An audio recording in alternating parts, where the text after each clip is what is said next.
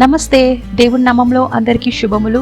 ఈరోజు ఉదయకాల సమయం సంతోషంగా లేచి ఉన్నారని నేను నమ్ముచున్నాను. ఈరోజు reading the Bible with me day 45కి మీకు స్వాగతం. నాతో పాటు కలిసి చెప్తారా? రండి కలిసి చదువుదాం. ఈరోజు మనం చదువుకోబోయేది సామ్స్ 33. సామ్స్ 33లో మా 22 వర్సెస్ ఉన్నాయి. ఈరోజు 11 చదువుకుందాం, రేపు 11 చదువుకుందాం. నీతిమంతులారా, యెహోవాను బట్టి ఆనందగానము చేయుడి. స్తుతి చేయుట యథార్థవంతులకు శోభస్కరము. సితారతో యెహోవాను స్తుతించుడి. 10 తంతుల స్వరమండలములతో ఆయనను కీర్తించుడి. ఆయనను గూర్చి నూతన కీర్తన పాడుడి. ఉత్సాహధ్వనితో ఇంపుగా వాయించుడి. యెహోవా వాక్యము యథార్థమైనది, ఆయన చేయునదంతయు నమ్మకమైనది. ఆయన నీతిని న్యాయమును ప్రేమించుచున్నాడు. లోకము యెహోవా కృపతో నిండి ఉన్నది. యెహోవా వాక్కు చేత ఆకాశము కలిగెను. ఆయన నోటి ఊపిరి చేత వాటి సర్వస్వమును కలిగెను. సముద్ర జలములను రాశిగా కూర్చువాడా ఆయనే. అగాధ జలములను కోట్లలో కూర్చువాడు ఆయనే. లోకులందరూ యెహోవా యందు భయభక్తులు నిలుపవలెను. భూలోక నివాసులందరూ ఆయనను ఎరగవలెను. ఆయన మాట సెలవీయగా దాని ప్రకారమే ఆయను. ఆయన ఆజ్ఞాపింపగా కార్యము స్థిరపరచబడెను. అన్యజనముల ఆలోచనలో యెహోవా వ్యర్థపరచును.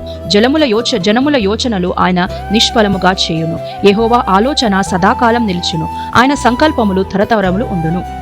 దావీదు మనకు యెహోవాను స్తుతించుట మంచిది అని నేర్పిస్తున్నాడు. ఏమంటున్నాడు తెలుసా? ఫస్ట్ వర్స్ వచ్చారు, నీతిమంతులారా యెహోవాను బట్టి ఆనందగానము చేయుడి. స్తుతి చేయుట మీకు శోభస్కరము. ఏ రీతిగా? సితారతో 10 తంతుల స్వరమండలముతో ఆయన గురించి నూతన కీర్తన పాడి ఉత్సాహ ధ్వనితో ఆయనను స్తుతించుడి. ఎందుకంటే ఆయన ఏమి చేసినా నమ్మకంగా చేస్తాడు. ఎందుకంటే ఆయన చేతుల పనే ఈ సర్వలోకం అంతా. ఆయన ఒక్క మాట మాట్లాడగానే ఆకాశం మొత్తం సృష్టించబడింది. భూమి ఉన్న యావత్తులు అంతా సృష్టించబడింది. శూన్యములో ఈ భూమిని చేసిన నా దేవుడు నీ దేవుడు. ఒక మాట చొప్పున అన్ని చేసి ఉన్నాడు. తర్వాత లోకమంతా యెహోవాను స్తుతించాలి.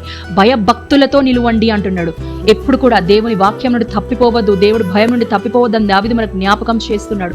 ఆ తర్వాత ఆయన ఒక్క మాట సెలవిస్తేనే అది జరుగుతుంది. నీ లైఫ్లో నా లైఫ్లో ఏదన్నా జరిగింది, ఏదన్నా మంచి జరిగింది, ఏదైనా జరిగింది అంటే ఆయన సెలవియంది ఏది కూడా జరగదు. కాబట్టి నీ జీవితంలో ఇది ఇట్లెందుకు చేసినావు దేవాన్ని ప్రశ్నిస్తున్నావేమో, కానీ ఆయన సెలవియందే ఏది కూడా జరగలేదు. ఒకవేళ నువ్వు భయభక్తులతో ఆయనను ఆశ్రయించుకుంటుంటే నీ జీవితంలో ఏది జరిగినా కూడా అది యెహోవా చిత్తం అనే నమ్ము. అది యెహోవా సెలవిస్తేనే అది జరిగింది అని నమ్ము. లోకులందరూ యెహోవా యందు భయభక్తులతో నిలవండి అంటారు. ఆయన ఆజ్ఞాపింపగానే కార్యము స్థిరపరిచెను. నీ జీవితంలో ఇంకా ఏదన్నా కార్యములు ఆగిపోయినాయి, ఏదైనా బ్లెస్సింగ్స్ ఆగిపోయినాయి అని నువ్వు అనుకుంటున్నావేమో, కానీ ఆయన ఒక్క మాట సెలవేగానే నా జీవితంలో ఆ కార్యములు స్థిరపరచబడతాయి. కానీ నువ్వు నేను భయభక్తులు కలిగి ఆ యెహోవాలో ఆనందించాలి, ఆ యెహోవాను స్తుతించాలి. ఒకసారి మనము దావీదు జ్ఞాపకం చేసుకున్నట్టయితే ఆయన చిన్నప్పుడు నువ్వు రాజు అవుతావని దేవుడు ఆయన అనౌంట్ చేసినాడు. ఆ చేసిన తర్వాత కూడా ఆయన రాజవనికి ఎన్నో సంవత్సరాలు వెయిట్ చేసినాడు. ప్రాణ భయం, శత్రు భయం, అన్ని భయములుండా దేవుడు ఆయన నడిపించినాడు. కానీ దావీదు కూడా ఎన్నడూ విశ్వాసం కోల్పోలేదు, ఎన్నడూ కూడా భయభక్తులు కోల్పోలేదు. అందుకే ఆయన స్థిరంగా నిలబడ్డాడు. యేసయ్య దావీదు చిన్నప్పుడు పలికిన మాట ఆయన రాజుగా చేస్తానని ఆయన కొంచెం 30 years ఆ ఏజ్లో ఆ మాట దేవుడు ఆయన జీవితంలో స్థిరపరిచినాడు.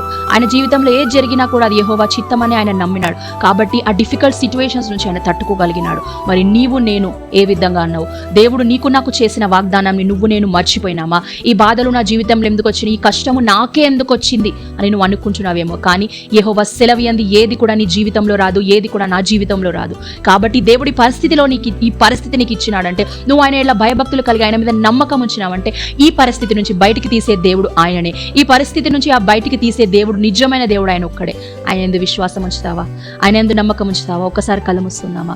స్తోత్రం పరిశుద్ధుడా, గొప్ప దేవా, మహోన్నతుడా, నీకే స్తోత్రం. ఈ దినం ఇచ్చినందుకు వందనములు యేసయ్యా. నాయన దేవా, నిన్ను స్తుతించుట ఎంతో మంచిది, నిన్ను ఘనపరచుట ఎంతో మంచిదని జ్ఞాపకం చేసి ఉన్నావు తండ్రి యేసయ్యా. సర్వలోకం నీ మాట ద్వారా సృష్టించబడిందని జ్ఞాపకం చేసి ఉన్నావు తండ్రి. అవును తండ్రి, నాయన నువ్వు సెలవియంది నాయన మా జీవితంలో ఏది కూడా జరగదు. కాబట్టి యేసయ్యా, ఈ పరిస్థితిలో మేము వెళ్తుండగా నాయన ఇది నువ్వు దీని నుండి తీసే సామర్థ్యం గల దేవుడు నువ్వు అని మేము నమ్ముచున్నాం. నీ కార్యం స్థిరపరచుకోండి, నీ మాట చొప్పున కార్యం స్థిరపరచుకోండి. ఏవైతే నాయన మా జీవితాల్లో నాయన డోర్స్ మూసుకుపోయినాయన నజరేయుని యేసు నామములో అవి తెరిచి నాయన మీరే ఆ కార్యాన్ని, ఆ బ్లెస్సింగ్ని మా జీవితంలో స్థిరపరిచి మీరే మహిమ పొందండి. అయ్యా నీకే స్తోత్రం చెల్లిస్తూ యేసు నామములో వేడుకుంటున్నాం స్వామి.